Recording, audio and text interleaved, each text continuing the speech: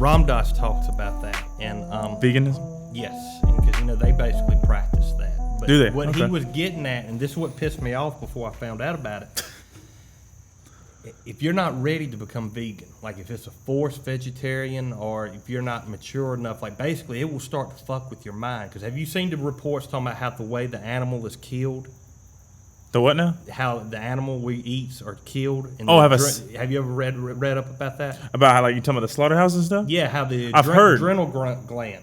No, I haven't heard about this. See, What is this? basically, this is what the Hindus have been always preaching. Okay. And but studies come to find out when that cow dies a violent death, full of fear, he releases some type of adrenaline Into gland his body. which is in the meat. So when you're consuming that, Whoa.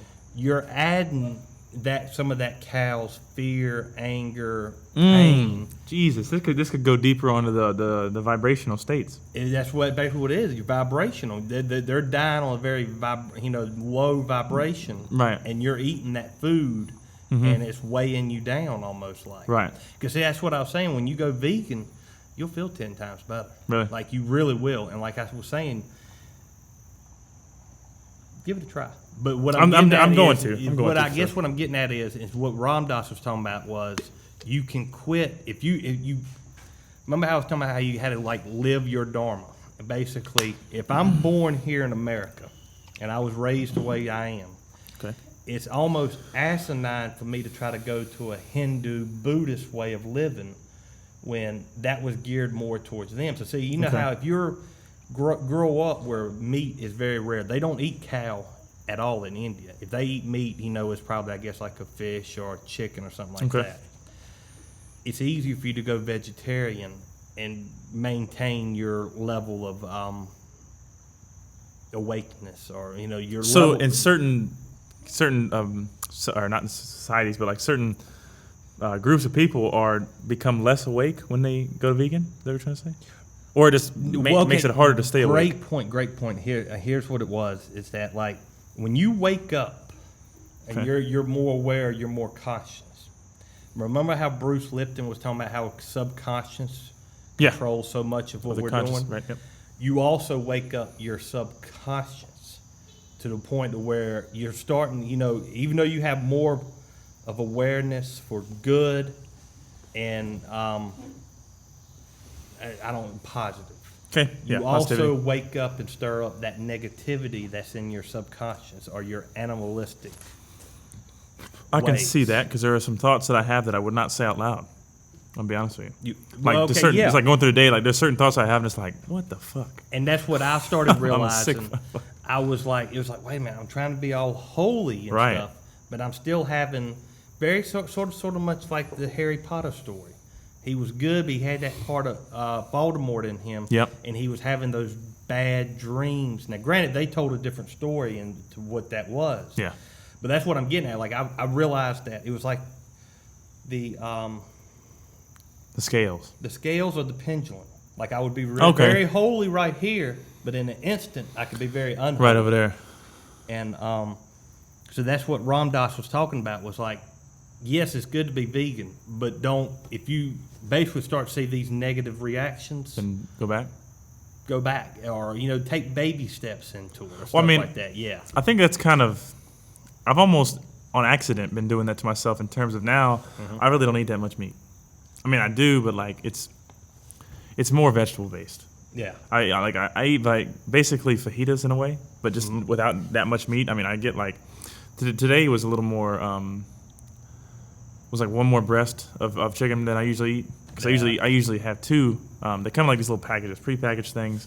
But I had 3 instead of 2 today. But anyways, that is totally not even close to what I used to eat in terms of meat. I used to be Mr. Protein in terms of I got to consume all the protein I can. But now it's like I have a zucchini, squash, onion, mushrooms, bell pepper, like all in a bowl. And then I have like black beans, and then I make some guacamole with fucking avocados and all this kind of stuff. Yeah. So I've almost been like grooming myself to get there without knowing it. And now I'm like looking at it real hard, and especially because I listened to that video about the pineal gland. Yeah. That was on Spirit Science, but it was from Gaia. that was talking about all these kind of foods that makes more sense now that you say that, especially when they die in like a feared state, that they make you more feared by just consuming them because you receive that vibration. Yeah. So, but yeah, I mean, like I'm definitely considering it, possibly starting maybe in 2 days. That's good. I mean, I hope it works. I'm sure it will work for you, because that's what I was. It's another thought that I just had, and this is a mistake that I think I and a lot of people make. Not in a being a negative part, but it's like what didn't work for me may very well work for you. Okay. But a lot of people will say, "Hey, it didn't work for me, so it's not going to work for you." Right. You see how wrong that logic is? That's a really bad logic. Yeah. And how, even like with what that conversation we just had, I really probably shouldn't have brought that up. I should have been more like, "Man, that's great, man, go for it." But at the same time, I did just I was just trying to share. Well, yeah, you got to what be, it of is, course. I know. Right. But yeah. how some people would be like, "Oh, that shit's for That shit's pussies, don't do that." Yeah, a lot of people do that. So, Well, it's just like that, and well, it's like in any kind of opinion that's not in the mainstream, they do that about, whether it be vegan or what's even if we want to go to political views, certain people are like, "Oh, you're on this side, so you're not. I can't even get along with you." Yeah. Which if you sat down and talked to the person, it'd be totally different. Mm-hmm. But and but the thing is, it's funny that you brought that up, because I was having this thought last night. Have you seen where Burger King is having the fake Whopper? Yep. KFC is now having fake chicken come out. Really? Yes. huh? They've been doing taste tests of that. And whatnot. Wow. And now, you also have the part of the climate change people who claim we should eat less meat because that's bad for the environment. And, I guess you've seen the wildfires down in the Amazons. A lot of people are blaming that on meat eaters, because what it is like a lot of people trying to raise cow down there, but the forests are so protective. You may very well own that land, but because they're protected by a government, they can't go clear their land to become cattle farmers. So see, some people say that fire was intentionally set. Whoa. I mean, just about every goddamn story. I mean, that's a good point, yeah. But what I was getting at is, it's like, to me, like, I think it's wrong that the notion is coming out that if you do eat meat, you're wrong, and that to go vegan is the only way to live.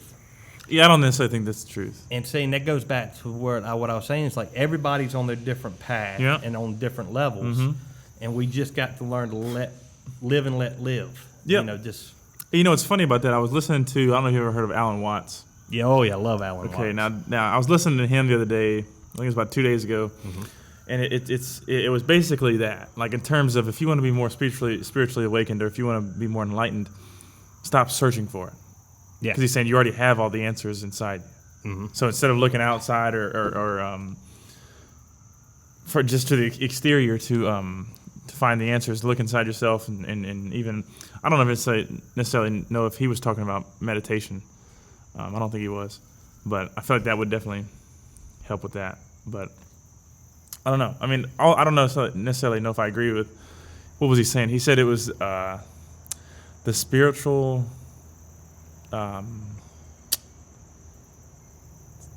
atheism with a spiritual aspect or something like that. Yes, because see, Alan Watts is a Zen teacher, basically. Okay. He was a Buddhist, and that's more what they believe in. That they're. See, I would much rather try to look that up. In terms of what? What it is the Buddhists actually believe. Or do Oh, you know? okay. I don't know. The basic doctrines of early Buddhism, which remains common to all Buddhism. Am I saying that right? Don't sound right when I say it. Buddhism? Yeah. Buddhism? It's one of them words I can say perfectly while talking, but if I start thinking about it, then it's like, yeah. I'm messing it up. All right, That dives deeper than Alan Watts. You already know the answer. Oh, yeah. The Four Noble Truths: assistance is suffering, which, see, I kind of disagree with that. Assistance is suffering in terms of what? Like assisting someone else, that means you're suffering? Just being alive is suffering. That's one of their core beliefs. I definitely don't agree with that. Suffering has a cause, namely craving and attachment. So, see, that's something. Our desires is why we suffer. I can see that, but there's ways you can strip that away. But see, that was one of the Buddha's main teachings. It's like, because we desire, we suffer. Basically, because I see what you're saying. You though. taking them in middle America right now. If you don't have the new iPhone, you then, suffer, and a lot of people yeah. really do harm to themselves because they don't have the new. Not even that, but like if you're not even a part of the Apple family, like if you don't have the blue messages, then then you're fucked. If you know what I'm saying? And it's funny because I say that, but I switched over to Android now, but I have this app built onto my phone that I had to go through my computer just to have blue messages. Like in terms of I can still do iMessage with people. I mean, it is also just because it's easier because you can also see like when it delivers and when they read it and shit like that. But. Yeah. Oh yeah. I mean, like I said, it's just one of them things where it's fucking good. It's great to right. have. Yeah. But some people abuse it and some people use it for the right reasons. Right. So, all right. So basically, in Buddhists, there is no belief in a personal God. Buddhists believe that nothing is fixed or permanent, and that change is always possible. Okay. So there's more into that. Where do you see where like Christians, Islam, not even really Judaism, because a lot of Jews are atheists, but they still practice the Kabbalah, which is their spiritual teaching. But let's just say Christians and Muslims, they believe somebody's up there right now. One person, okay. And that he created angels, and some of those angels became demons, and it's a battle between him and his good angels versus the demons who are trying to corrupt mankind. It's just crazy on like, now that you say that, it's like they've told you what side to be on if you believe in this certain thing. Yeah. They've already told you what side to believe on. It's not like, I'll give you this side and this side, then you decide which side to be on. Yeah. It's like, if you're not on the good side and on our side, then you're fucked. Then you're going to these demons and shit. So that's just real quick. Sorry to interrupt you. No, you're good. I mean, that's all we're going to do is just interrupt each other. Yeah. I mean, we're just having a conversation. Where were we? The battle between the demons and the angels? Oh, yeah. But before that, what brought on this topic? The Buddhism? And before that, after that was, or you mean even before that? Yeah, so I went so far down that drain, I don't even know what the fuck we started talking about. Vegan type stuff, and then you went into Ram Dass. Oh, Alan Watts. Yeah, that's what it was. Alan You're right. Watts. There Yeah, we go. it Back was. to Alan Watts. Yeah, that's See, right. it always comes back to me. It just takes me a little second. But here's the thing about Alan Watts. I love him. I probably listened to, honestly, hundreds, if not thousands of hours of him. Stuff, wow. Yeah, I mean, I love the dude. But he was a troubled individual. I mean, he was not a angel, but he never portrayed himself as an angel. Right. And, a lot of people say that, he died, depressed, which you're sitting there like, well, how can he be depressed when he was teaching so much? Yeah. But if you start to pay attention to a lot of his teachings, they do have a more darker cynicism to them that, you'd have to get into them more. But I've been listening to some of his videos, and I just I'm like, yeah, man, I don't know about that. I don't want to listen to this right now. Because you see, but you watch some of his earlier videos, amazing. Really? I mean, yeah, you need to watch his description of the yin and the yang. He breaks it down. It's in video too. So okay, cool. Yeah, I'll definitely have to look that up. But which the one that I was listening to with him was did you say he practices Buddhism? Yeah, or Buddhism, whatever. Yeah, that's what. So well, yeah, it's almost like they just believe. I wouldn't say in a. You good? Yeah, I'm good. You all right? I don't want to say them. It sounded like he doesn't believe in an afterlife. That's kind of what I was getting at there. But they believe in reincarnation. Okay. But it's like we will have no memory Recollection of this life right here. And oh my God, their reincarnation is fucking fascinating. Buddhism? Yeah, because it goes so many different levels, like down to plants. Like at one point in their teaching, you were a plant. You were a squirrel. You go through levels of yes of the world in terms of your reincarnation. Pretty much.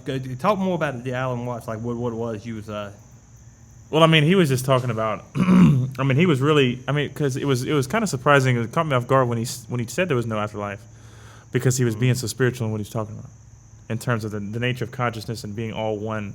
And I posted on my Instagram this one quote from him, which was beautiful, which was, "You were not born into this world. You were born, what do you say, out of this world." In terms of, you were born from things that this world already, or this universe already is. Your mother, Yeah. she was already I'm trying to figure out how to explain this a little better. Okay, so in terms of if we're gonna go chemically, what we're made up of these bodysuits are chemically made of is stuff of like fucking stars. Whatever's in the stars is what we're made of. Yeah. Which is what Alan was saying, was like we're all one. In terms of the universe is all one. The dust running through the emptiness of space that people think is so empty, but it's really not. Yeah. Every speck of dust has a potential of consciousness. But it just takes all of it together to get into one to form a body or whatever you want to call it. But speaking of the body, like the body's new, like what, every 7 years? You ever heard that? what the fuck? No, I don't know what that means. What does that mean? There's nothing about you that is the same within 7 years. Like something about cell regeneration or whatnot. Everything about you. So you think like this skin right here is the same skin I had 10 years ago. No, I mean, it's been rubbed away and it's been a new. Okay, I see what you're saying now. Yeah, okay, every single thing, your heart, your brain, your eyes. Really? Everything is brand new within like 7 years. So explain my awakening. There's a theory about how it goes in sevens, like 0 to 7, 7 to 14, 14, 21, 21, 28. You develop more. Allegedly. Yeah, especially, I mean, especially if you're trying to seek for it, then you definitely do. Yeah. But there's certain individuals that are just wrapped up in the materialism anyway. Yeah. That never find it. But, what were you going to say more on that 7 years thing or no? No, I wasn't, I don't think. All right. But back to this right here, it's the, let's see if I can find out. My bad, I thought I had it pulled No, you're up. good, you're good. But they have 6 stages of reincarnation. Okay. Here we go. You got it? No, I don't. We'll talk about that at a later date. That's all right. But it's so fascinating because, like I said, I mean, when you start to look into it, you're like, it kind of makes sense. Because basically what it is like, all right, so let's take it this way. Say if you was a human being and you was one of them assholes who does dog fighting, like Michael Vick. Ooh, okay. Wouldn't you think the perfect reincarnation punishment for him to be is to reincarnate as a dog and be in a fighting ring? Be in a fighting ring? Okay, yes. And then how he learns his lesson there, and then maybe he becomes a dog or, another animal like a tiger in the wild. I get and it. then from that tiger in the wild, depending on how he lives that life. So it's almost like depending on how you do in certain stages, you go up or down. Right. But at the same time, it's like, it ain't that big of a deal if you go down. It's just part of the thing. Yeah, part of the thing. So, what the fuck what higher do you go from this? If you're a human being. Oh, see, they have different levels. It's wild. Like I said, that's something we need to get into. I need to study a little bit more because, hell, I was just reading up on it maybe about 6-7 months ago, and it blows your mind. It's like, damn, it kind of makes sense. Yeah. But when if you're looking at a lot of this, it kind of. Depending on how you're looking at it, a lot of it does. Yeah. But the thing is,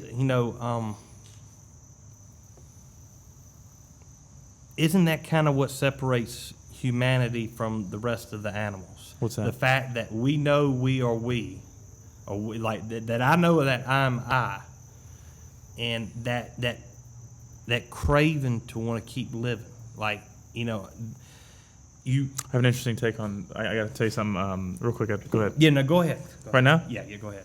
On the living thing. Now I heard this. I can't remember who I was listening to, but damn it, this really spooked me a little bit in terms of just the thought exercise on this. In terms of, he was saying how everything in the world is about keeping you alive. In terms of like society wants you to stay alive.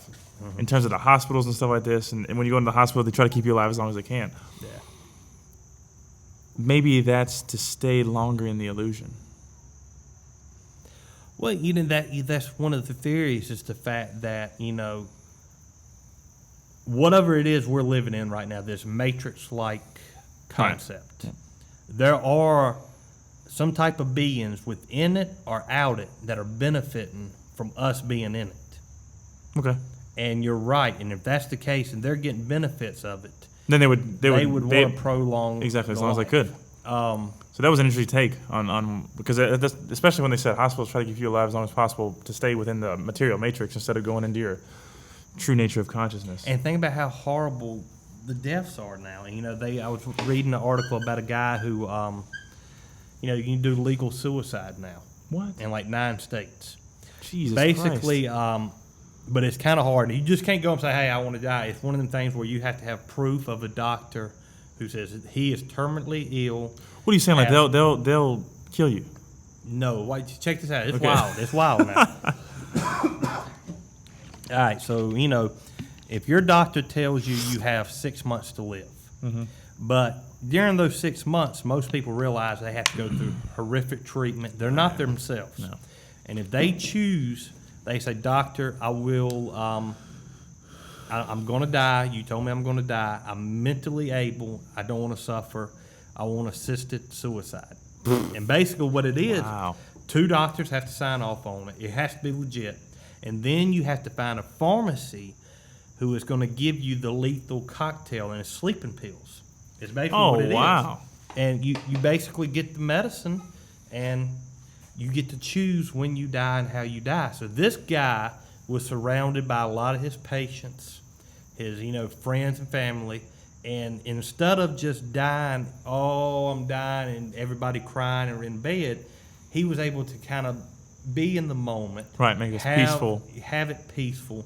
And then basically he jumped in bed and he was in a feeding tube, so he had the sleeping pills mixed in with some type of liquor. I get it. And put it in his feeding tubes, and he just went to sleep peacefully. And everybody knew. And but there was another story back when this first became mainstream. It was very sad. It was like a newlywed couple got married, and this woman was like 27, 28, and she got diagnosed with brain cancer. And from what they were saying and from what I've heard, that's one of the most worst cancers to die from. Really? The brain? Because it's very painful, very prolonged. And they moved her to Oregon, which was the first state to have this be legal. Okay. And same thing. Instead of dying a horrible death, which in my opinion, how we die in that moment of death dictates, in my opinion, how that DMT trip, that 15 minutes, How that goes. how that afterlife. And to me, I think that is some sort of portal I do. into something. I haven't even done the thing, and I do. And see, I can't wait to do it. Think about how I always tell me about it. And same here. And how if you die a horrible death full of anger and fear, you go into that with anger and fear, and you have a horrific afterlife, Okay. which would almost Wow. seem hell-like. Right. And see, another one of my theories is, Interesting. I think that you're almost 100% conscious when you're first born as a baby. But how at some point you slowly start to go to sleep. And it's like by the time you learn how to, because remember when you first a baby, you cannot talk. No. Which would mean, in terms of anyone that's spiritual, is you are kind of at your most awakened because you have no other factors to strip away certain things that you want to quote unquote say, because words are limiting to the conscious being in general. That makes you more surface level right off the bat as soon as you learn language. Yeah. So it makes sense. And there's a lot of reincarnation stories where a lot of kids stay awake, and they're 4, 5, 6, 7, 8 years old. They're having dreams of their previous reincarnation life, and they go and they tell their parents. They do the research and find out, damn, he actually knows this person's name. He shouldn't have known this soldier's There's no name. way, yeah. Yeah, and they talk about how birthmarks. Whoa. And talking about how someone would have the same birthmarks, or they would have birthmarks and they say if that person was shot and killed, Get a scar. there would be a scar there. Well, I wonder if anybody was shot in the calf. I wouldn't. Same here. The calf. Yeah. Yeah, I got a calf mark right here. And it's funny, what's funny about this? I have a calf mark right here. And my cousin that was born 4 days before me. Yeah. She acts like she's that much older than me. She's one of the ones in Iowa. So I've seen her recently, but I can't remember exactly where it's at on her arms. Yeah. But she has a birthmark. Right. The opposite, the negative of mine, because mine's light, but hers is dark. Really? And it's like the same exact fucking shape. Wow. This shit's crazy as fuck. And see, to me, that means something. Right. Somewhere down the line, that has a connection. Right. Have you ever seen Cloud Atlas? No. You Is have that a got movie? to watch that movie tonight. Yeah. Okay. This is a Sounds movie great. that honestly you'll have to watch 2 or 3 times to get. Seriously. It is so fucking dope. Like When was this released? Do you know? Like, is it a recent? I don't. It's not the 5, actual year, 6, but 7 years ago, Okay. maybe. Had Tom Hanks, Halle Berry, and I got lost my train of thought when I thought about Halle Berry. But it Punch deals out with now. reincarnation and telling different stories at different levels. Okay. And it's good to me. Like I can see some people watching that I might recommend to it, but that's a bunch of baloney. It's just stupid and dumb. Where I think you're gonna watch it be like, damn. and you're gonna start looking at all Connect these, the dots. Yeah. Oh man, and see, it even goes back to like the beginning of Earth of like trying to tell a different story of the Adam Really? and Eve. Yes, it's so dope. Now this is what now? Cloud Atlas. Cloud Atlas. I think it's long as hell, but it's Hey, worth that's it. okay. Yeah, you're gonna like that movie. It's okay. And I'll check that out. yeah. What's yeah, it, I mean, like in terms of, is it like is it mainly symbolism in a regular film, or is it like a whole film that's like? it's a whole film because basically what it is like you see all the different reincarnations of Halle Berry and Tom Hanks. Oh, so and okay, I see other now. I see now. characters. Okay, wow. And so you'll start to have fun, but like, wait, is this guy him? Was this story? And So it kind of entangles a little bit. Yes, but when it comes Whoa. together, it's just like, And it's like, damn. yeah, it's dope, man. That's awesome. And also, have you seen Avatar? Yeah, 100%. Yes, I love Avatar. Yeah, it's a great And movie. that was back in the day. I remember, Fox News hated that movie. They considered it a politically charged movie. For what? Now, do you see how there was political tones in there with the military? And Okay. Okay, I can deforestation? see now. But see, that's where I say, like, if you want to find that shit, you're gonna find it. But if you watch that movie on a more spiritual level, you're gonna see the spiritual in tone. Okay, well, I'm be honest with you, I don't really know. I haven't looked at it spiritually. When I watched Avatar, I was in high school, or maybe it was before. And see, I a think it was in lot, high school. you got to rewatch it now because, like I said, Yeah. you'll see. It I wasn't awake then, so now it'd probably be a whole different tone. A whole different tone. See, that's the thing about like when I listen to like a Ram Dass speech. I shit you not, like to me, it's like I hear different lectures, and what it is like, have you ever been watching something? You mean like in one? It's the same thing. It's but the same thing, but you hear a different message. You hear different messages, and he Whoa. talks about that how That's like interesting. words are like birds; they just fly in and out of your ear, and it's like, yeah, have you ever been like watching something interesting, and then you start thinking about something they just said, and then like a minute or two, 5, 10 minutes later, you're like, oh shit, I hadn't paid attention to anything else. No, 100%. Yeah, I've done gotta that. rewind it. I've done that. And that's what it is. And see, I used to do that, but I stopped. I let it go. So when I get that message, and I start to think this, I don't fight it. I just let it roll. You experience, and when you come back to in that lecture, you pick up right there.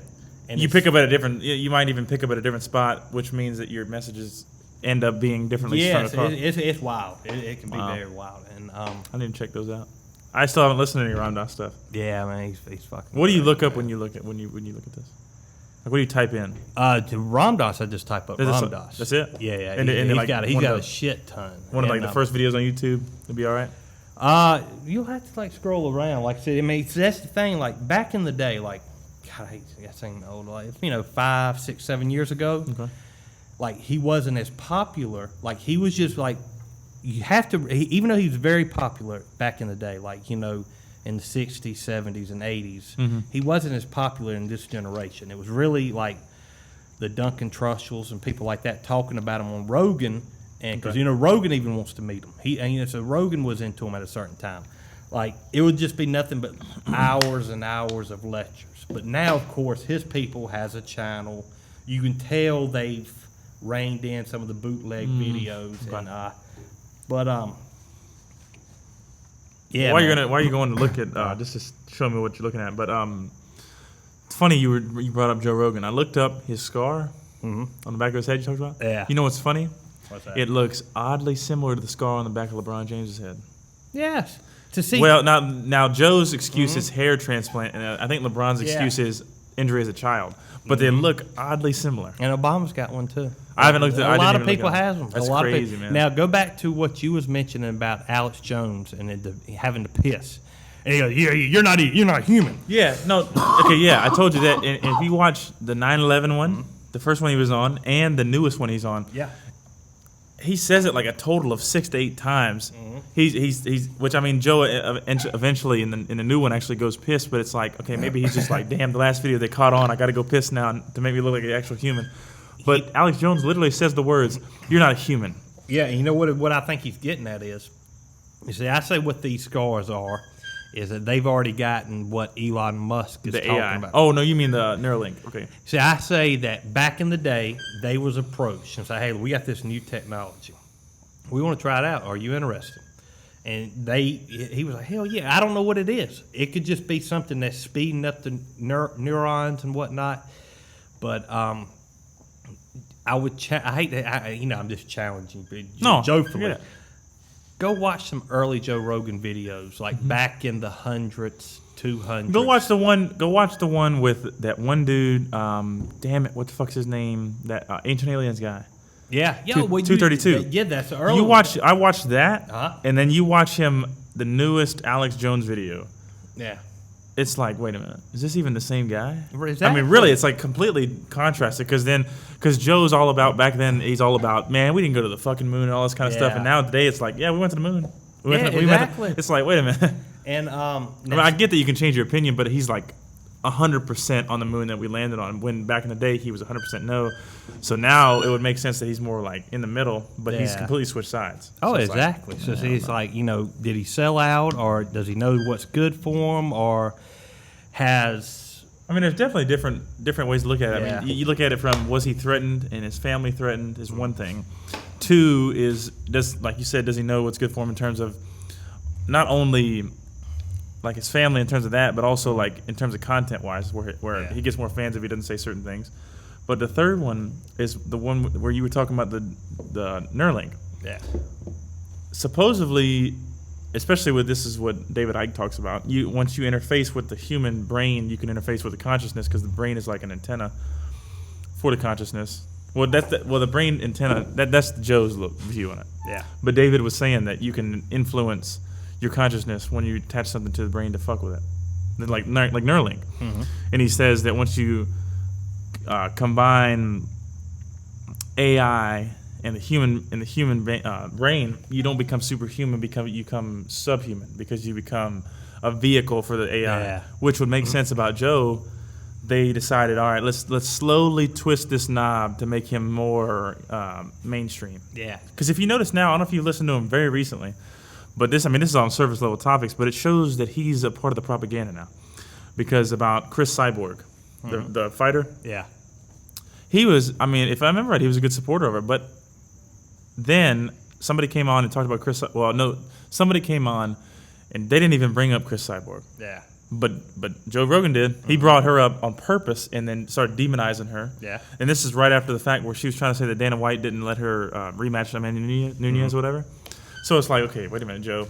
Are we really being? Are we going to be the spokesperson for Dana White now? Are you in his pocket? I mean, what's happening? Well, it's funny because do you know the first time I ever heard of Ronda Rousey?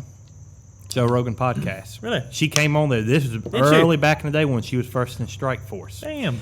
All right, so he was always a big fan of Ronda's, and when she went to the UFC, now he used to trash Cyborg back before she came to the UFC. Really? Yeah, so he's never. He was showing really videos, right? Showing videos, and she was like, she's on steroids. I do remember she's that. No. She's got a dick, and did you ever hear about that? No.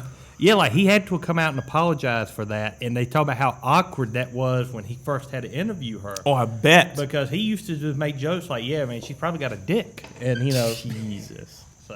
Well, let's be honest with ourselves. She looks like she's on the juice.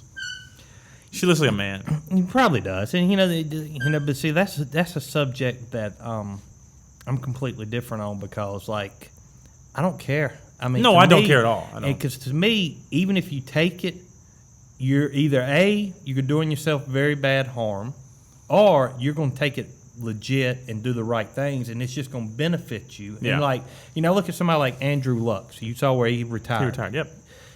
If steroids was legal in NFL and he was on like growth hormone, he was on all that good shit, he wouldn't be as injured as he is now. He would be still able to play and make a living off of what he does. I have a different opinion on this, to be honest with you. All right. I think that almost the whole NFL roster is on the juice. To a certain extent, a lot of them are, yes. Especially the defensive linemen, like or not even defensive linemen, but like the defensive ends. Yeah. Their arms are like the size of this fucking binder around, and they're running 4.340s. Oh yeah. It's like, wait a minute. And they're weighing like 250 pounds. Like, Jesus Christ. There was a dope ass movie. I don't remember much of it, but I remember a few parts. It was about the Florida State football team program. I think it was called The Program back in the early 90s, and how they even had some type of, when they had to take urine tests back then, they just had this crazy ass hookup to pass all the drug tests. Jesus. And that's the thing. The majority of people are on shit. It's just the dumb ones get caught, are the ones who piss off the wrong people. 100%. And, that's true.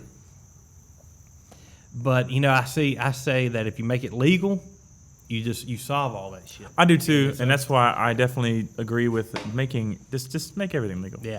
Now, who cares? Granted, when it comes to MMA, okay, I would have to say there may have to be some type of limit or regulations to it. Because you're beating on another person? Yeah, you're trying to kill somebody. Yeah. And then people say the same thing about NFL, but I mean... Well, no, have you seen, I think it was, I can't remember if it was Bellator or UF1 or or UC1, I can't remember what the hell the organization's called. Yeah. But it was two heavyweights, and they were obviously on steroids. Yeah. They were huge. They were like bodybuilders in there in the ring, and the dude barely clipped him with a leg kick to the head. And he was out. It looked like it barely nipped his head, and he was sleeping. I was like, damn. I mean, the best UFC heavyweight fights used to be. Have you ever seen the Kimbo Slice fights from the backyards? Oh yeah, the street fights. Yeah, I mean they was better than UFC fights because it was just a bunch of big guys throwing slow punches, throwing and some haymakers. Like with Brock Lesnar, he got all that credit for knocking Randy Couture out, but it was like all he did was like, and Randy was asleep. Dude, I don't like Brock. I don't. He's not my kind of guy. He's so obviously on so much more supplements. Oh yeah, than everyone else. Let's be honest with ourselves. Have you ever seen? Because where I watch wrestling, it became obvious. Like he would show up for one pay-per-view, and then all this UFC talk started about him joining the UFC. Side. Remember back where he had to go into the testing program? Man, that dude was small as fuck within about 2 months. Like he shows up and you're like, is that even Brock? Yeah, what the hell? What happened? What happened to him? And but with like Brock, like I was the same way. Like I used to hate the dude, and then I watched him on the Stone Cold podcast, and then it was it's so cool. Like, yeah, he's just some farm kid, and yeah, he's an asshole. He's arrogant, but that's just who he is. I get it. And see, and that goes back. I'm playing devil's advocate right now. Okay. So there's people I say I hate, and you just say you hate Brock Lesnar. Okay, I'm honest. I don't hate him. I just don't like him. Don't like him, but still don't like him is damn near I hate him in a way. I mean, if you want to call it, yeah. And you see how we even set ourselves up in that trap of like we'll be like I'm trying to be holy, but then something from the TV that Hollywood brings on the negative. Mind, you're like, I hate that son of a bitch. And the same way with politics right now. That's all that's going on. Is that, you got half the country hates Trump. Well, I take that back. I think what it really boils down to is a third of the country hates Trump. Okay. A third of the country loves Trump. And the other third don't really give a fuck. That's probably about right, though. And that's the way I think it is in almost damn near everything. And I wouldn't even say it's a third. I say it's 30%, 30%. No, I take that back. I say it's 25%, 25%, 50% doesn't give a fuck. Okay. Because the population's 327 million. I mean, it's huge. And I think only 50% of the voting population actually votes. How much? Only 50%. So that really throws it in there that 50% just don't give a shit. Doesn't give a shit. But yet, if you turn on the news, that news is catered to that 50%. And out of that 50%, I would say half of them are the radicals from both sides. Oh, I can definitely agree with that. I mean, in terms of instead of making people more middle and free thinking for themselves, it's all about programming. And you need to be an extremist because because the other side's being extreme, so why don't you be extreme? So it's just like, come on, guys. I don't know. It's all propaganda, in my opinion. But excuse me. But I got an interesting topic I want to bring up. All right, go for it. And we can when we get to the end of this, we can land on 9/11. God. So, all right. So we talk about Roswell happened in 1947. The aliens popped down then. What do you think the world population was back then? Oh God, the world. What is right it now? now? It's considered to be 320. Not the world. I meant United States. Okay. United States right now they claim is about 327 million. Okay. What do you think it was in 1946 when Roswell happened? Or 47, whatever the fuck it was. Maybe half. I mean, no, not necessarily half, but maybe like 200 million. I don't know. 141 million. Okay, so my That's first all estimate, it was. my So first see, estimate was actually correct. Yeah, over doubled. Right. And Only reason I say half that because I figured it was some extreme amount of change. So look how you can say the powers to be control the sheep, the herd right now in the U.S. Oh. Already, with all the technology we have in 2019, how easy do you think an alien race who maybe invaded the U.S. back in Roswell Could control us? could have had controlled 140 million to the point to Super where, easy. they take Super over. easy. Because see, if you ever start looking into it, like all the tech, we advanced so much from then. From actually specifically close to that time. Yeah. And like, what if that was just an alien saying, all right, this is what we need. We need to build the population up to this point and gradually, Release the technology. and take over them. Because, if they came out with Twitter back in 1948, the average person couldn't spell. They Oh, you couldn't. said That's if why they I said, did. what Oh, if? I'm about to say. Remember when I told you that first AI was built? What was it, like Way back. 1956? Yeah, what the fuck's up with that? They had technology back then. That's what I tried to tell him, Yeah. or I was trying to tell damn Zeb and Will about this. Now, if I remember right, it was Operation Northwoods that was talking about this, that they already had the power of or the technology of drones Yeah. in like 1950 or 1960. Mm-hmm. Like this is a thing, you know what I mean? So And it's like, just how did they get that technology so fast? I mean, it 40 years before 9/11. So yeah, it's Yeah. 1960. But yeah, I mean, it would make sense, and also it would make sense though that damn video that you showed me about the fucking underground bases. Mhm. That they came over here and now they have the base where it's the U.S. Alien U.S. biogenetic research base that has the 7 layers. It's 7. This is all what the thing's saying. So I mean, I'm going off what this thing says. I've never seen the thing in my life, but it talks about the 7-layer facility and how the Greys are the ones that's basically they gotta deal with this. It's like, if you guys give us a space in these research subjects, we'll just keep on leaking you some technology every now and then. Yeah. So I mean, it makes sense, and honestly, it would almost make more sense as to the UFO sightings, because it makes more sense that that they are already here and their ships are flying around.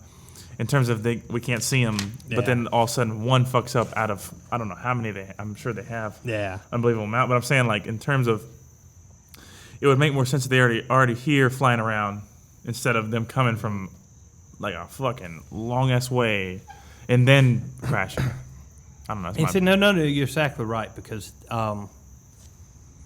I have a hard time believing in the aliens are far, far out there, like you just said, because if you go and you look up what they believe the universe is like right now, our sun is going so many thousands of miles per hour this way, and we're rotating around it right behind it. Yeah.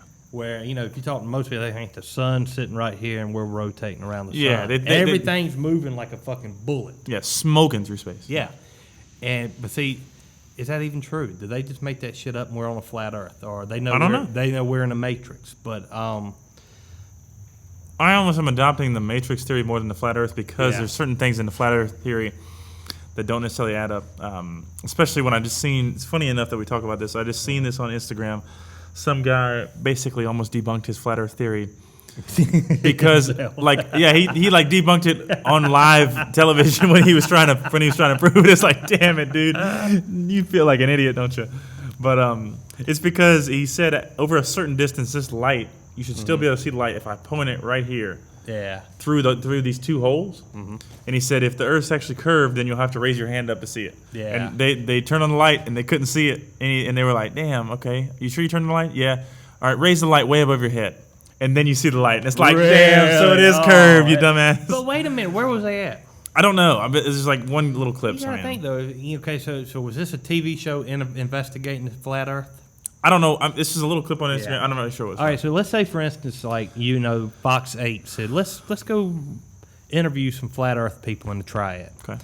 Do you think they would actually show the people who's actually breaking it down No, and making wouldn't. sense, or No, would they show the loony who fucks up like that? They show the loonies. And sorry, but if between here and there, that hill, see that hill's gonna block the light. Okay, I get what So you're let's say they was already. So it could have been somewhere with a misconstrued. hill. Yeah. Okay.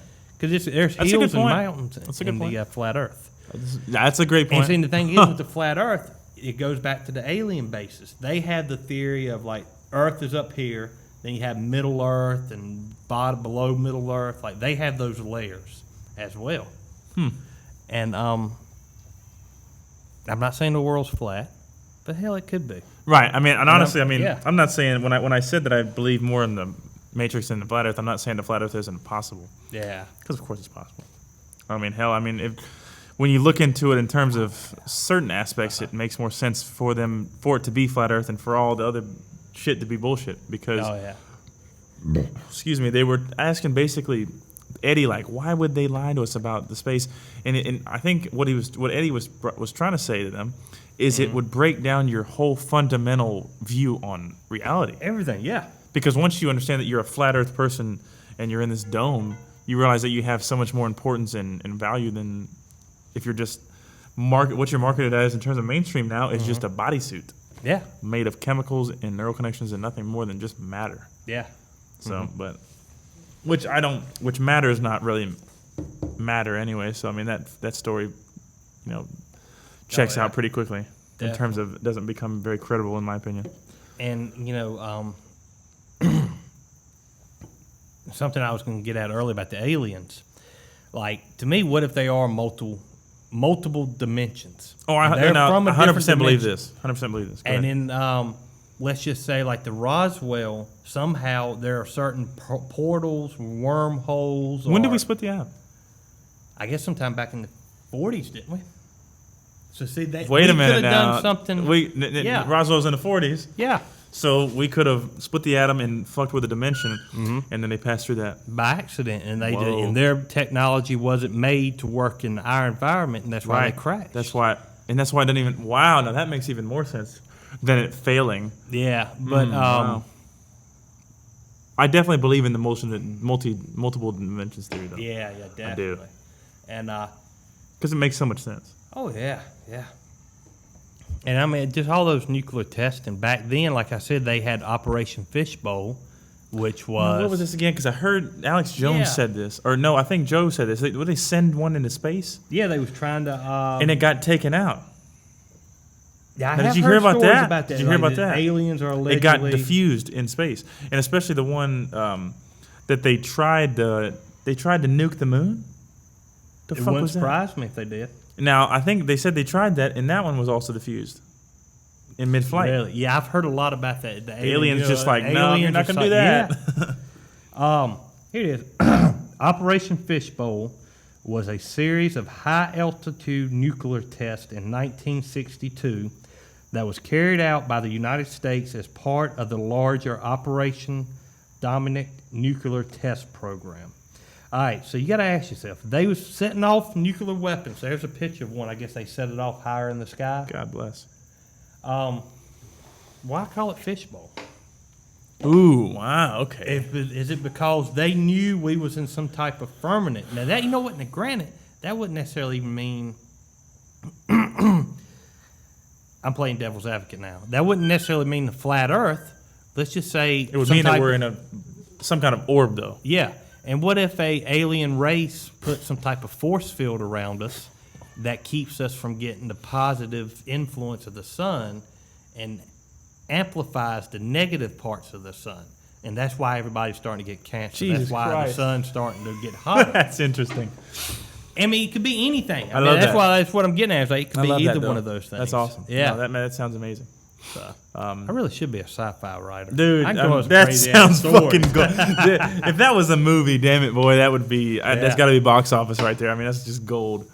But, no, I mean, that theory just sounds even more plausible in terms of the fishbowl aspect. Yeah. Why do they call it fishbowl? You know what I'm saying? The name kind of hints at either a dome or...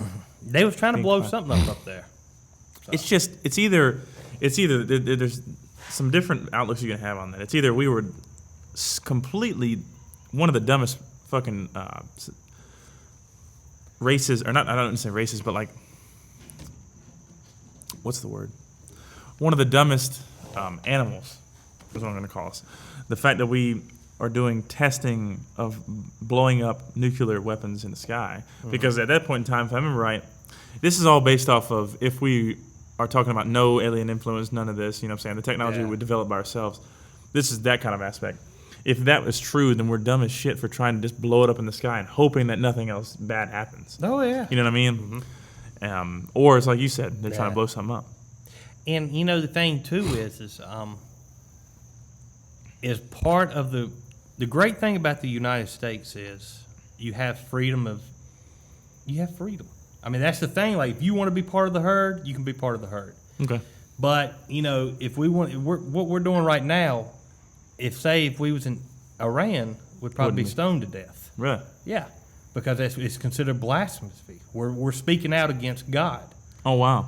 But see, you know, but there's a time where America can turn into a solid Christian country, and maybe they would revert back to the old ways of burning people at the stake for speaking against their God. Well, you know what's interesting about that is Jordan Peterson talks about Canada, where they were almost trying to pass the law against hate speech. Yeah. Or whatever, you know what I'm saying? Or not, it wasn't necessarily hate speech, it was calling a transgender person a different gender on accident. Like, in terms of, if this is a woman that is now a man. Yeah.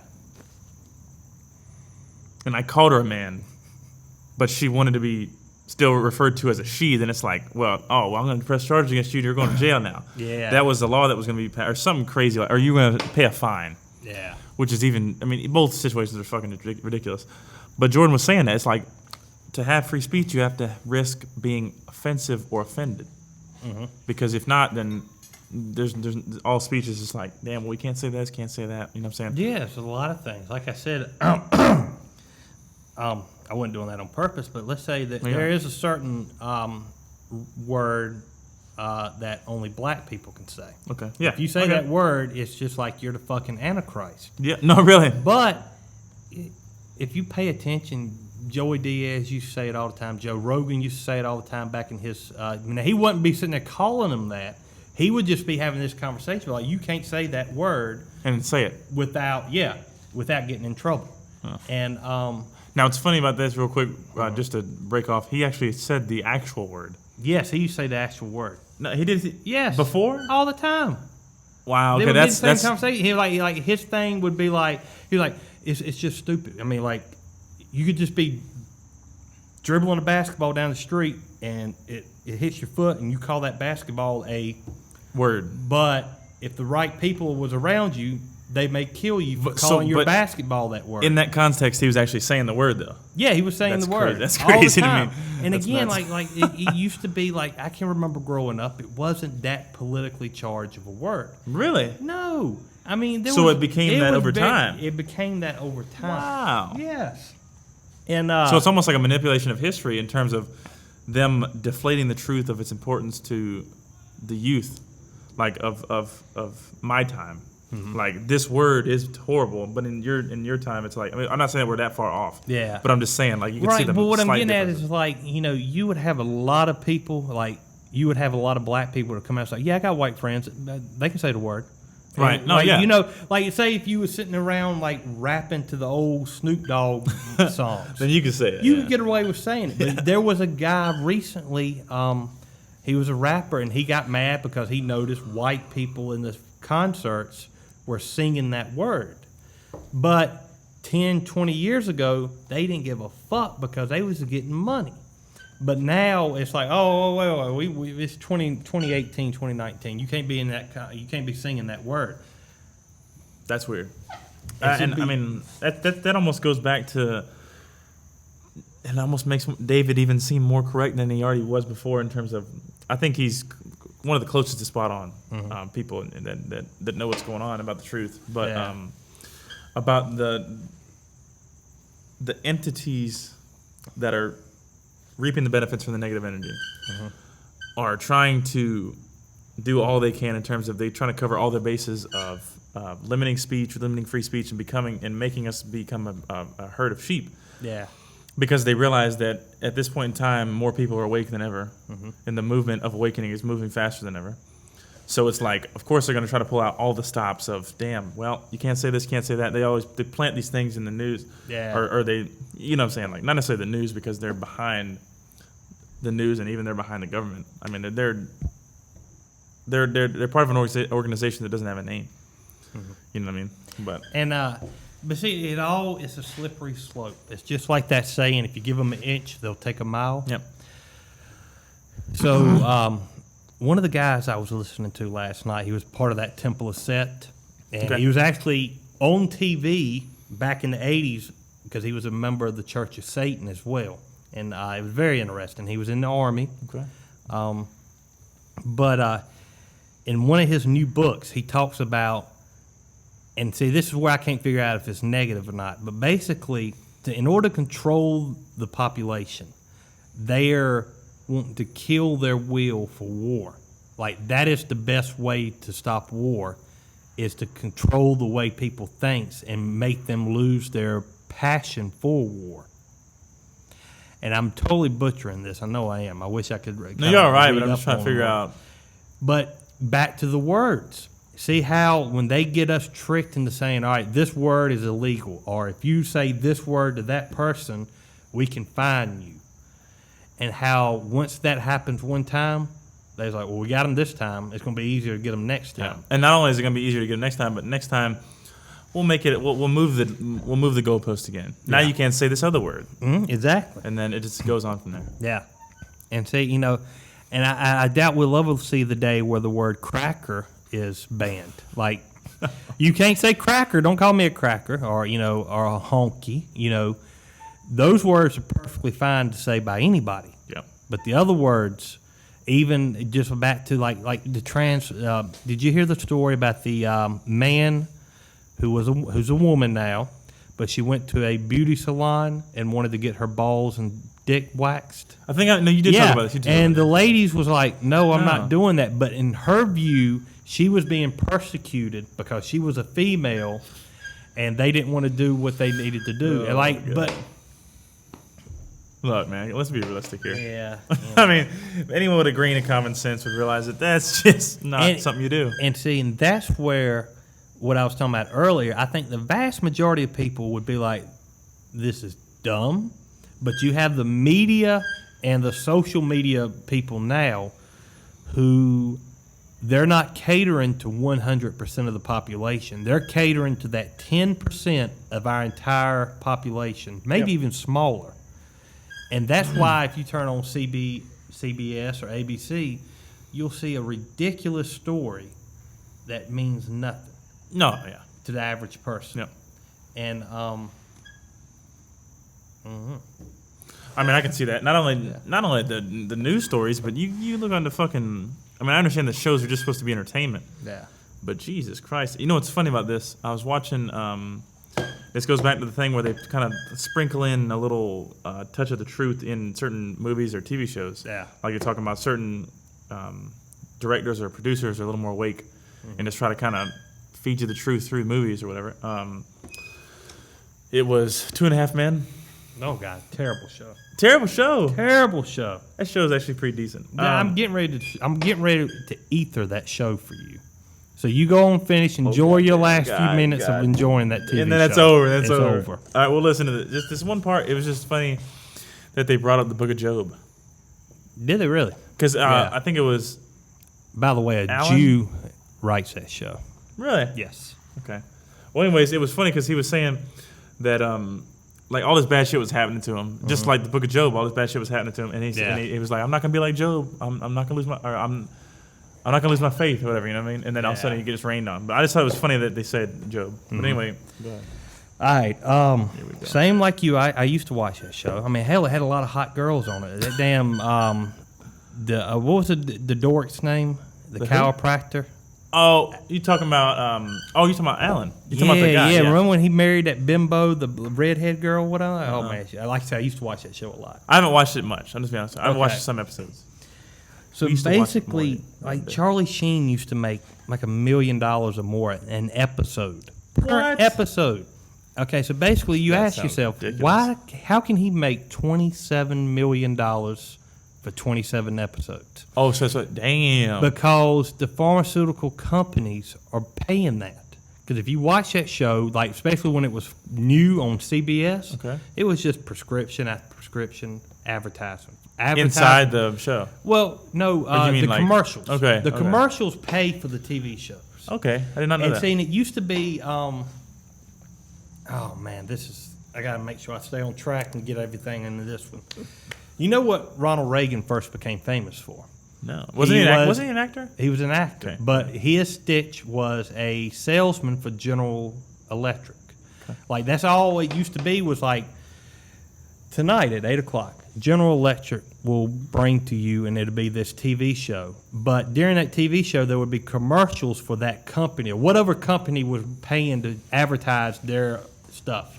And that's the way. That's why all these celebrities are making so much money on TV shows now, because the pharmaceutical companies spend $500 billion, if not more. No, I take that back. I think it's like $25 billion. I'll look it up in a second. Fucking Christ. They spend an ungodly amount of money on advertising. Mm-hmm. You know you can't do that in other countries. That's why Really? that's why their medicine is so goddamn cheap.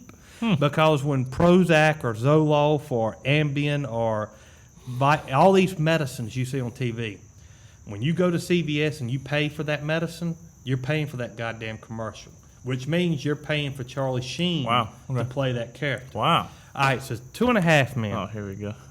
All right, so basically the moral of this story is you have Charlie Sheen, Yep. who is rich. Mm-hmm. He doesn't work. He Nope. plays a goddamn piano and does jingles Yep. for a living. He gets all the hot women and he stays drunk. Yep.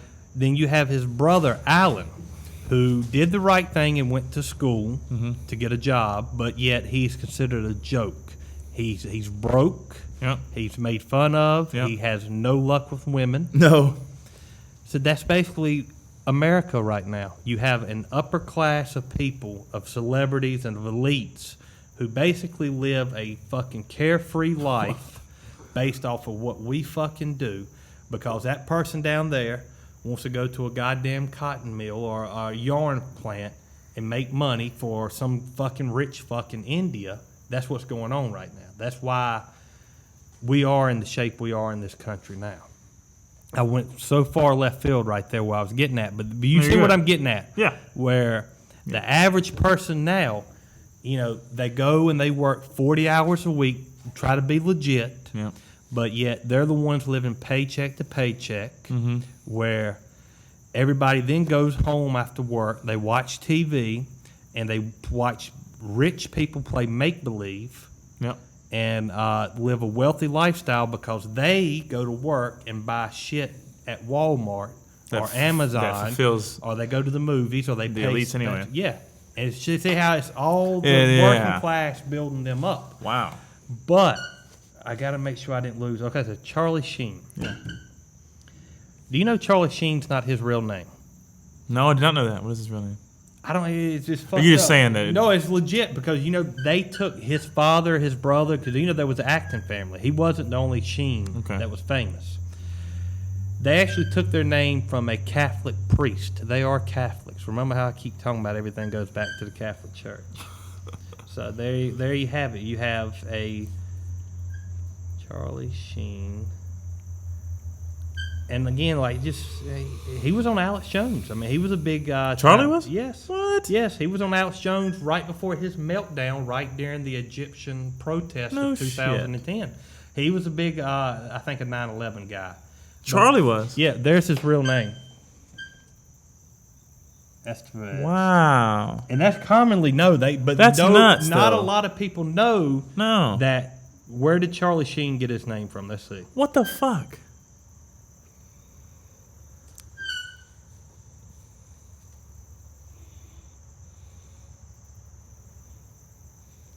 And it's funny because it's not even like a nickname. It's like a whole other fucking name. Yeah. Oh, I bet they probably try to hide that now.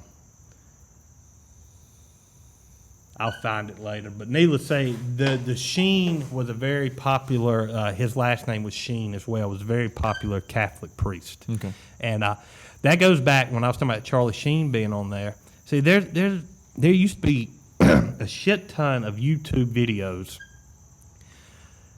proving that Alex Jones was in bed with the Catholic Church and how he was censoring certain subjects. And I promise you, when you watch those documentaries back then, Lord, because they would, a lot of people would have message boards, okay, and you could go to this message board and say all this crazy shit. But if you started talking about a certain sect of it was called like the Knights of something crazy. But anytime you mentioned that, your post got removed, and people were showing this happening. So, who the fuck knows? I don't know. That's some intense stuff. Yeah. So maybe I don't need to watch 2.5 Men anymore.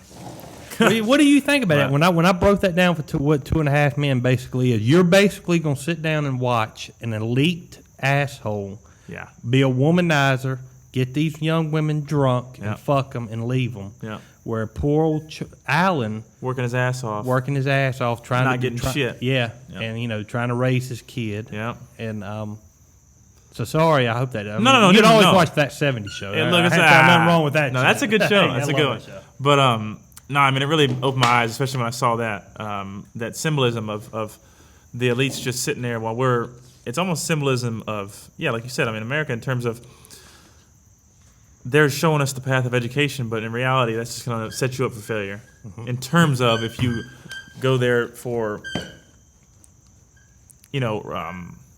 monetary prosperity or whatever you call it. I mean, I said it really nicely, but if you're basically just going there to earn money, it's just the wrong reasons. Mm-hmm. Because in reality, I mean, also it could symbolize that the artistic way or in terms of like entrepreneurship is the way to go. Yeah. Like in terms because Charlie's in that show he's an entrepreneur in terms of his writing fucking jingles or whatever the fuck. Yeah. But I mean. Are you trying to justify going home and watching 2.5? No. What you're trying to do, right? No, I like Charlie Sheen. No. I mean, the show has its moments. I'm not even that big of a fan of the show. I'll be honest with you. Yeah. It's not that funny. It's got its moments where it's decently funny. Hey, but like I said, I used to watch it and laugh my ass off. It was a funny show. And see, that's the thing. Like, have you ever watched the very end where they flash that little card? No. What little card? Oh man. Yeah. So the basically, the hell have I been watching? Oh man, because it's a whole website devoted to them. They're called Chuck something's Vanity Cars. The guy who created it, Chuck Lorre. Okay.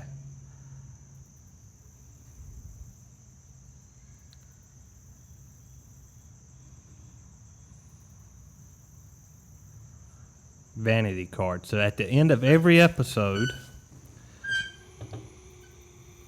one of these would pop up like this right here, and you see what number he's on.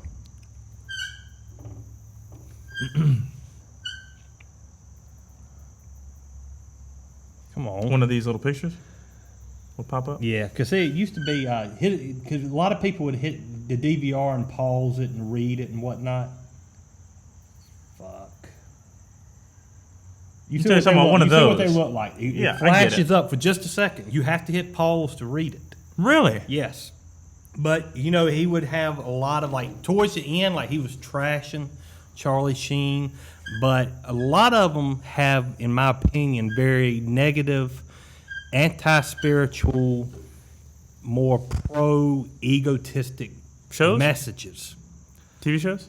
With that vanity card. Oh, okay. And seeing what I was trying to say was, when you're sitting there watching, and your entire brain, your subconscious, picks up everything within a fraction. Yeah, and it'll see that, and even though you can't read it, your subconscious literally just read every single word. Every single word of it. And yeah. if you start reading them, they was very negative, like it was almost a negative, hidden, subliminal message directly into your subconscious. No shit. Yes. This is nuts. And I would see within some of them certain magical symbols as well. And see, and that was another theory from back in the day I got into, was that back to Egyptians and how they painted all these pictures. Like, we used to live by symbols. Like, before mankind learned how to speak, language, to it was more communicate, symbolism. it was more symbolism. And how certain symbols still trigger our subconscious on a different level. wavelength. Yeah, I get it. So, That makes sense. I mean, especially if you see all the Egyptian carvings and hieroglyphics and shit like that. It's crazy. oh, yeah. But that interesting theory, I don't know if you even believe that one. The one in the 20-minute video that you sent me, the thing about being able to lift things with sound. No, I totally believe that one. You do? I can definitely see how that would work. Now, in terms of what they talked about, like the mechanism of which it works, does make sense. I mean, in terms of what they say, if you play a note and then play the opposite negative note, then you won't be able to hear the note. But it does. I can't remember the exact mechanism, but it was crazy as hell. Which they said like a group of monks could move an object if they played the right tone or something. And let's say I'm gonna play. I want to come back to this subject because I want to study more on it, because to me I think it's legit. But let's say, for instance, let's play devil's advocate. Buddhism, like the monks that did that. Let's say that is the main religion for the elites and their quest for world domination. Let's say if you are the president of the United States, there was always this old joke. Joe Rogan used to talk about it, how they would bring in the new president in a dark, smoke-filled room and show him a different angle of the JFK assassination. And be like, yep, see, we did it. We got away with it. See what we can do for you? You play ball with us. Jesus Christ. Well, let's say, for instance, again, on a different level, that all of the political bullshit is bullshit, and it's more spiritual. And they bring, let's say, that said president to a room, and you see a bunch of monks doing this crazy ass ritual, and pick up a giant something and move it. It's like, this is the real truth. This is the real truth, and we run shit and we'll kill you. And then, but you know, that would be, wouldn't you say? It's granted, if you sat down and you watched a different view of the JFK assassination, it would be like, oh shit, or a different view of 9/11, be like, holy shit, that'd freak you out. Yeah. But I think seeing a giant rock or truck or house float in the air, that would be like, what? That would be fuck. That would be like a DMT trip with an acid let down, like all taking every drug at once. It's like, Jesus it would Christ. shake you to your core. No, it would really, yeah. So it'd be instant awakening, like. Well, not necessarily awakening, but it'd just be instant strip down of what you thought to be reality. Yeah. So let's say, for instance, like awakening. You know, like to me, I find it hard to believe that George Bush was a actual Christian. Because see, that's the whole. When he got elected, he was a born again Christian. He used to be a drunk who did cocaine, and Christ. God saved him, and he even said. Very fucking similar to what Donald Trump gets. He's getting in trouble for turning around and saying, I'm the chosen one, jokingly. But Bush used to say that, you know, he felt like God made him president and that he would speak to God before making decisions. Really? And they used to freak a lot of the liberals out back in 2000 and 2001. Because that's what I'm telling you. Like, what it's like now, it was the exact same way back then. Mm-hmm. It's just there's more of it, more people's involved in it. And but... You know, there's pictures of his father. Did I ever tell you about Prescott Bush? No. Boy. Prescott Bush, I've never heard. Get into some 9/11. You never heard of Prescott Bush? No. Prescott Bush was the grandfather of George W. Bush and the father of George H. Bush. Okay. He was a banker. Surprise, surprise. Right. He did business with Nazi Germany during World War II, which means American was giving money to the Nazis. He was brought in charge with treason. Should have been a slam dunk case. If it happened right now, it would be over. Yeah. But he got out of it. And guess what? He became a United States Senator. Really? Yes. Nobody really talks about that. How, you know, a guy who was originally, who has been, had pictures taken standing with the Nazis, was charged with treason. Yep. Became a United States Senator, and he actually was the one who jump-started Richard Nixon's career because Richard Nixon used to basically be like a Rush Limbaugh, Bill O'Reilly. He was just this guy on the radio. Okay. But he made him into a politician who therefore became a president. And actually, if I'm correct, like he's like Donald Trump may be the first Republican president since like 100 years ago that was not have some affiliation with the Bushes. Really? Yes. So what I was getting at is like Bush and them probably in a different league. But let's say if you was a real Christian and you became president of the United States, All right. and then they took you to some Buddhist temple like that And showed you you that. It's like, damn, I'm Two doing things is going to either happen. You're going to freak out and say that's devil worship, or you can be like, yeah, I'm with y'all, man. That's some good shit. Yeah. Right there. That's a good point. Yeah. So that was a long way of talking about Prescott Bush. But No, you're all right. yeah, when you look into the Bush family and you just look at 9/11, I can't remember his name is pronounced Neil or Nell. It's spelled differently, but that's George Bush's brother. Nobody really knew about, and because everybody knows about Jeb Bush, Yeah. but let's just say Neil for the sake of saying it. Okay. Neil Bush was the head board member of the security team that was in control over the World Trade Center. Who was? The Bush guy. Okay. I just told you about. So Yeah. George Bush's brother was in charge of basically the security of the World Trade Center. Mm-hmm. You see how then it would be very easy to kind of set stuff up during that whole time frame. Yep. And you had Set the bombs in the building. very well known back then exactly that Daddy Bush was meeting with one of Bin Laden's brothers. Now Bin Laden had like 18 brothers. Like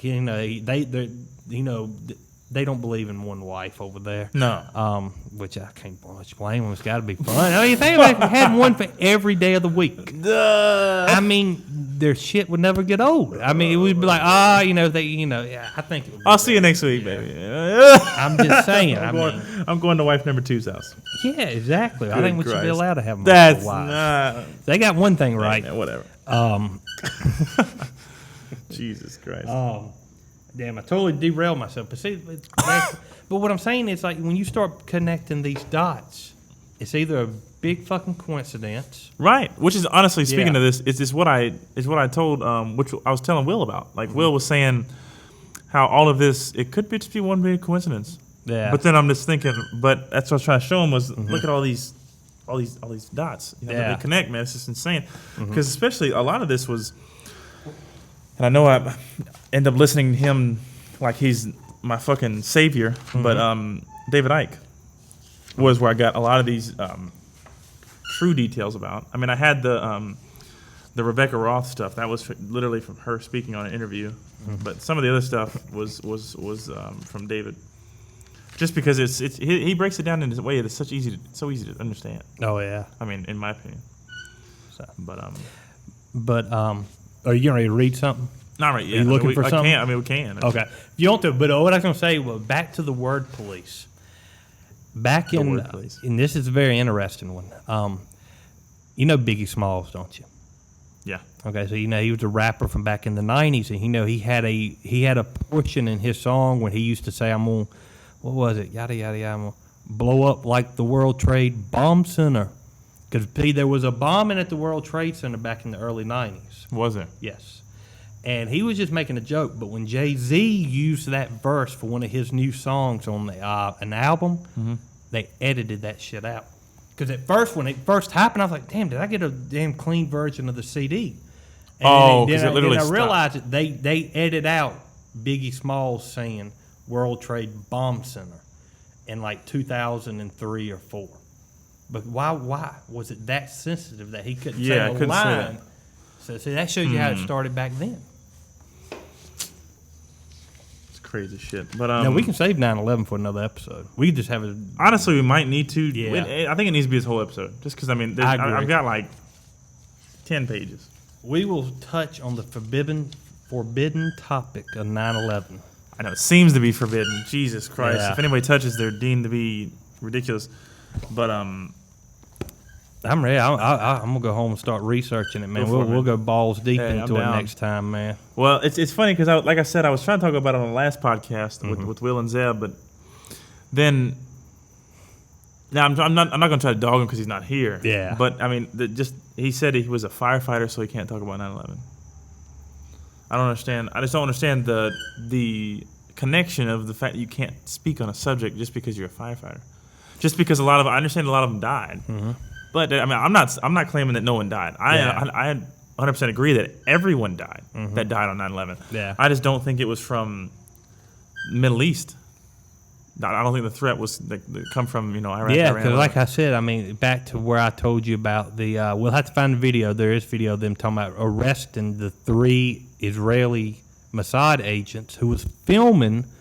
Yeah, you told me about this. Yeah, and cheering, like somebody saw them filming and cheering, like high-fiving, like yay, they did it, high-fiving. Somebody calls the police and say, hey, the Arabic men here cheering the World Trade Center. Mm-hmm. And the funny thing is Donald Trump brought this up during the 2016 election. He didn't bring up this instance. He brought up other instances where people said because they actually showed that day from in Palestine, right? You know where Israel is. Well, yeah, they was cheering it. They was sitting there like having parades and burning the American flag and praising Osama bin Laden. A lot of people in the Muslim world, when 9/11 happened, that was their goddamn Super Bowl, because in their view, like, we finally got the Americans. Yeah. But there was people in New York City who was cheering it as well. Really? And they basically dogged Donald Trump, saying this never happened, this never happened. But I swear on my fucking life, I remember watching CBS Nightly News, them talk about arresting them individuals, and I also seen the follow-up report where it was saying, well, they was released. They came to find out they was Israeli Mossad agents, and that the reason they was happy, they claimed, was that when they knew that Osama bin Laden did that, and that the Americans would finally have to stand up and start fighting terrorism. That was their story back then. That sounds pretty far-fetched. Yeah, and that sounds like bullshit. Yeah, no doubt. So, well, it's because it's funny. It's if when you look into these facts, and especially the ones that, well, I'm sure we'll find on the way to the next podcast about this, but the mainstream story becomes laughable. Mm-hmm. Once the mainstream explanation is like, you guys really believe this shit? Yeah. Like, this shit sounds 10 times more crazy than what I got going on. Mm-hmm. Like, what I got going on sounds fucking credible as shit, but then you get told that it's all these different countries' operations. It's like, yeah. But the specific details that they have, it's like, those don't add up. Yeah, because they don't really have a connection, so it doesn't make much sense. And I was wondering just recently. I can remember back in 9/11, people used to listen to the radio a lot more. You didn't have fucking thousands Bluetooth. Of songs at a heartbeat. Yeah, right. And one of the radio updates were, like, the day after 9/11, like, they said they ordered some ridiculous amount, like 50,000, like, it was ungodly. Maybe it was like 20,000 body bags. Like, they was trying to tell people that thousands upon thousands upon thousands upon thousands of people was dead right now in the World Trade Center. God. But when it all boils down to it, 20,000 was it? It ended up being like 3,000. No, close to 3,000. It was like 2,800 at the World Trade Center, and it was almost like, I'm wondering now, like, was that more of like a hard sell? Like, oh, it's going to be 20,000 people dead here. It was only 2,800, and then in the back of your mind, you kind of relax. You're like, it wasn't as bad as they said it was. Desensitized to that because you was filled with how many was probably dead. Right, and it's like, well, it's not as bad as we thought it was. And then you find out certain companies called and told their employees not to come to work that day, and, it's all... No! Yes. Whoa. So, see, now you see how it was only 2,800 when, if those buildings was completely full... It would have been. It should have been a shit. That's why they ordered so many body bags. When it comes to find out, it wasn't as many. And granted, 2,800 is a lot of fucking people. Oh, that's a shitload of people. What is that, like 2 or 3 times the size of Madison and Mayo? Oh, God. I don't know. That's it's horrific. Yeah, it was horrific what happened. Yeah. But I agree. And that's one thing that we'll say, and we'll say it even before the next one when we start. None of this is saying that nothing happened, and we're not saying that this was not a horrific event. Yeah. We're just saying that different people are behind it than you're being told. Yeah, and I'm smiling because I'm thinking of a couple of things. All right, so just like we had the Mueller report, the special investigation, they had a special investigation into 9/11. It was called the 9/11 Commission. Okay. There was one Republican and one Democrat. Even the Republican that George Bush appointed came out and said, "I am embarrassed to have my name on this report," because basically they found out a lot of shit and it was redacted and withheld from the public. Wow. So see, my guess is back then they even saw how Corrupt. It was. Yeah, it was either because you had all these military trainings taking place, and it just so happened because that's what it was. They thought it was a training that morning. Well, yeah, because I even told Will and Zeb this. It's a fact. They had a drill that morning of a hijacking. Yeah. In the Pentagon, they had or the defense systems had a fucking drill of a plane being hijacked. Yeah. So then when the plane actually was hijacked that day, then they're like, wait, is this a fucking drill again? Mm-hmm. So everybody's late to the party of calling up people they need to call and all this kind of stuff. So it's And again, back to the point. I think I mentioned this before, but I've seen it with my own eyes. I know it's a fact. But on September the 10th, which was a Monday, I know that for a fact for another reason. They had Donald Rumsfeld on TV talking about how there was like $1 trillion or two, it was trillions of dollars missing from the Pentagon budget. Yep, I heard about this. And that's exactly where the airplane allegedly hit the Pentagon. Was where he was having the interview? Well, the budget center. No. Yeah. So it's like destroy all the evidence. Mm-hmm. No, this is too good. And Jesus Christ. But another thing too, you need to watch it when you go home. On the Bill O'Reilly show was one of the first people that exposed the 9/11 truthers. Really? And he had one of the victims' son who, once he started seeing all this evidence, he knew something was funny. Yeah. And Bill O'Reilly ate him alive. Like he was like really? He thought he was going to smack him. Like he was yelling at him. But looking back on it, sounds like how those were considered the new 10 hat wearers. Like if you believe that there was anything fishy about 9/11, then you're a tinfoil hat guy. You're evil. But yet there's people within the own 9/11 Commission report who was unsatisfied with what was released in the 9/11. Yep. I was so into it, I went and bought that goddamn book. Like I went and actually bought the 9/11 Commission thing and started reading it. Whoa, you can just buy it? Yes, just like with I'm pretty sure the Mueller report will be released on a book you can go to buy and read it for yourself. Dude. So that's crazy. Yeah. I didn't read much of it. I got get it really easy. Right. So, well, especially with that, I mean, a lot of it, I'm sure, is just all boring. But I'm gonna go back and tell a story about reading the 9/11 Commission report. Yeah, go for it. I was a hardcore Republican. I loved the Bushes, and I remember reading and putting two and two together. They were talking about how Osama bin Laden.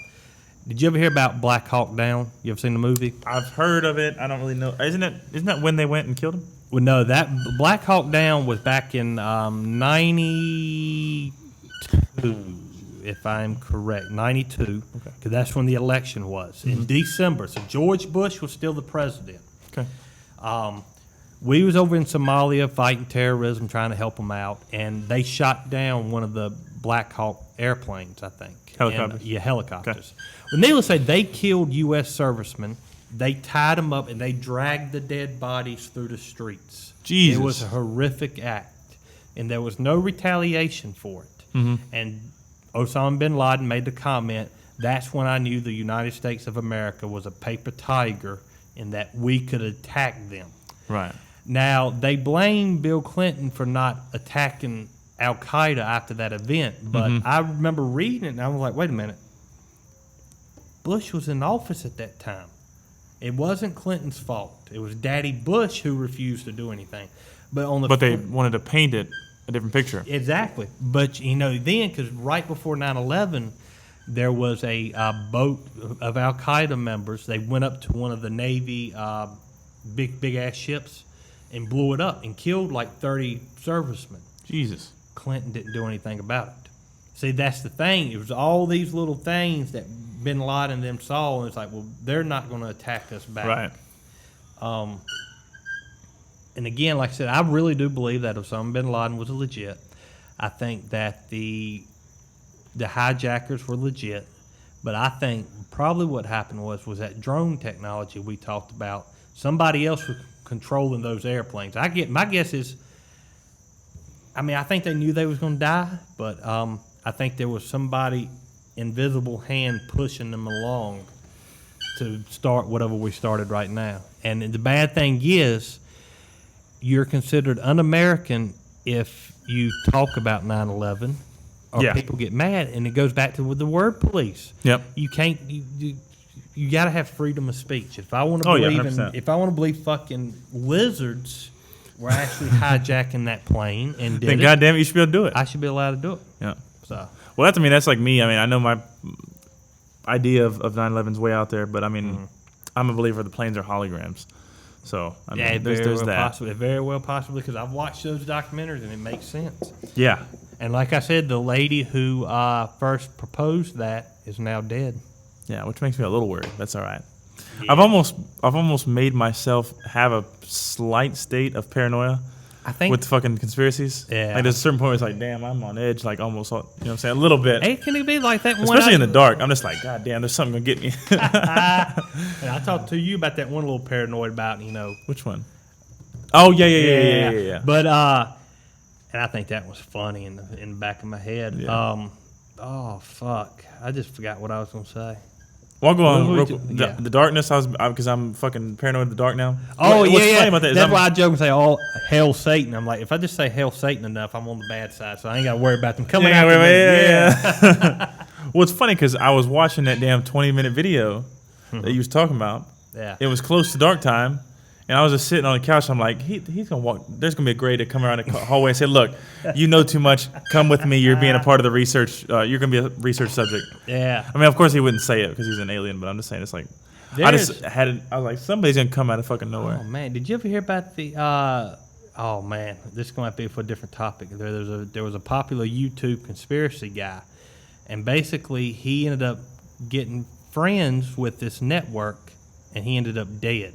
And allegedly, they found him with black ooze coming out of his mouth. Jesus Christ. And see, and I had this theory back then, too. I was like, okay, so what if this conspiracy game is they see who is getting too close to the truth. Yep. They try to bring them in. And then you're out. And then there's some who, like Joe Rogan, who was just playing the game. Now he's playing the game. Yeah. So, it's... It goes back to what we was talking about with David Icke. He doesn't believe anybody can hurt him, so you got to have that thought. Yeah, which is crazy. Yeah. I mean, hey, look, I want to get there. Mm-hmm. Eventually, I think I'll get there, but I just need to build up the mental fortitude to believe that. Yeah, that shit's just fucking insane. All the stuff that he talks about, and I mean, at this point though, it would be too obvious if they killed him. Yeah, because it's like, damn, well, he must have been telling the truth. If you go ahead and kill him off now, all the shit he said now. But the bad thing now with deep fake. Couldn't they kill them and just keep putting out videos and we think they were watching David Icke? Christ. Well, no. Honestly, I'm almost 100% certain you could tell when it's a fake video of David Icke. Just because you know David Icke, you know how he speaks. It's just like, yeah. I mean, especially his message, because I feel like if you hear his message starting to change, yeah, then I think you're probably right. True. Like especially if he's like, well, maybe the reptilians aren't real. Then it's like, all right, this isn't fucking David Icke. This is a damn deep fake. You know what I'm saying? Like, if he ever tries to put across the opposite of what he's saying right now, then it's obviously a deep fake. Yeah. But no, I mean, you could be right. I mean, it could also be that David is almost he could have been killed off years ago, and now this is they've made his message closer to what he normally talked about. Mm-hmm. But instead of being more spiritual, he's being more materialistic. Because if you notice now, he kind of is being more surface level. Yeah. In terms of, like, I saw his first interview with Lennon Real and then watched his second one. Yeah. The first one was the one that awakened me. The second one was the one where it was like he was talking about Iraq like the whole time. Mm-hmm. Or Judaism or whatever the hell he was talking about. I was like, what the fuck is happening, David? Like, get off this damn subject, dude. He used to be more spiritual back then. 100%. He used to be more about the vibrations and stuff. Yeah. And because it could be, like you say about conspiracies in general, it could be he's part of the distract you from the spiritual journey in general. Could be. Because back in the day, one of his 8-hour lectures, like he used to have people get up and dance and sing. Like it used to be like almost a religious really festival. And I don't know if he still does that anymore. So I don't even know if he still does his talks around the world, does he? it doesn't seem like it because it used to be like every year, and you was waiting for that big ass Fucking 8 hour 8 hour yeah. drop. Yeah, no, I haven't seen it recently. I mean, the only thing you see recently is the fucking documentary that he made. Yeah. So I mean, it's just Which is a good documentary. I bet Still so. gotta I can't watch wait. Yeah, I'm gonna watch it. Who the fuck knows? I mean, it's just I don't know. I mean, once I break it down in my head, it makes more sense for almost every part of it to be complete bullshit. Mm-hmm. Because once you start looking at the spiritual aspect, it's like none of this shit even close to matters. Yeah. Like not even anything material is just like, who cares? Yeah. You know what I'm saying? Because once you close your eyes and open your actual eyes to the true nature of yourself, it's just like, okay, now I understand. Mm-hmm. So, I mean, it would kind of make sense to me for him to be controlled. Unfortunately, Yeah. just because we talks about damn it, he's got some and shit. the thing is, it goes back to something that Ram Dass used to say. Talking a lot of the India gurus would come over here, and they either be considered they was fake or bogus. It was like their message may be legit, and you take what you can from that message. Yeah. But just because they are, fake or phony, a lot of them was just fucking their students. That's what it all boils down Wow. to. Yes, it's that these Indians would come over here and try to be all spiritual, but face it, they had it on for the American women, and they would just be fucking them left and right. Jesus And Christ. they was considered false prophets when, Okay. truth be told, they was teaching a legit message. Right. It's just that they was just horny and control their urges. So, Which is, and we got to do something about that squeak. I know, We it's gotta really leave, starting to kill me. yeah. Anytime we fucking adjust anything close, that's why we got to bring the chairs next time, Yeah, for we'll sure. definitely do that. So, But, about ready to wrap it up, pushing 7. Yeah, okay, yeah, we'll definitely go ahead and, the one more thing that I was going to speak about real quick was just about the false prophet thing. Mm-hmm. I don't know if you've heard Alan Watts talk about where you gain a certain level of awakening where once you're awake to the truth, you start to have the slight, some people do, some people start to have the slight dilation of, well, then I'm God. Oh yeah, the It's like, Messianic yeah, complex. exactly. The complex of everyone needs to worship me, and I'm Mm-hmm. you know, what I'm saying I'm actually God, and I'm creating everything that happens. Yeah. But that goes back to what David says, where it's more of a everyone has their own unique perception and experience through the consciousness. Yeah. You know what I mean? So, but And the thing is, like back to what I was saying, is that if you watch cartoons or TV shows or movies, everything that our generation grew up on, it's kind of beating that you're the chosen one, you're the one. yeah, that's a good point. The world revolves around this one person, therefore the world must revolve around me. You, yeah. And honestly, I mean, it's hard not to be that way. I mean, Oh, and a certain, Yeah. and especially for people that are. Now, I'm not just gonna slightly try to demonize a lot of people, but I don't mean to on purpose. Like, I just think that unfortunately they're at a slight disadvantage when it comes to this, in terms of if you're the only, if you're an only child. oh yeah, that's me. It kind of, Yeah. but you're not one of the people that believes that everything revolves around you, though. That's one of the things. True. So I mean, But to say that I have not had those thoughts in the past would be a lie. Okay. So see, So- and to say that I may not have that thought 10 years from now. I mean, it happens. Mhm. And but back to what you were saying. well, I'm just saying. I think that the only child is unfortunately primed to think that way anyway, because everything's about them. And there's in a reality. lot of only childs being born now. Especially with them. I mean, I'm not trying to demonize my own age range, but a lot of Yeah. millennials.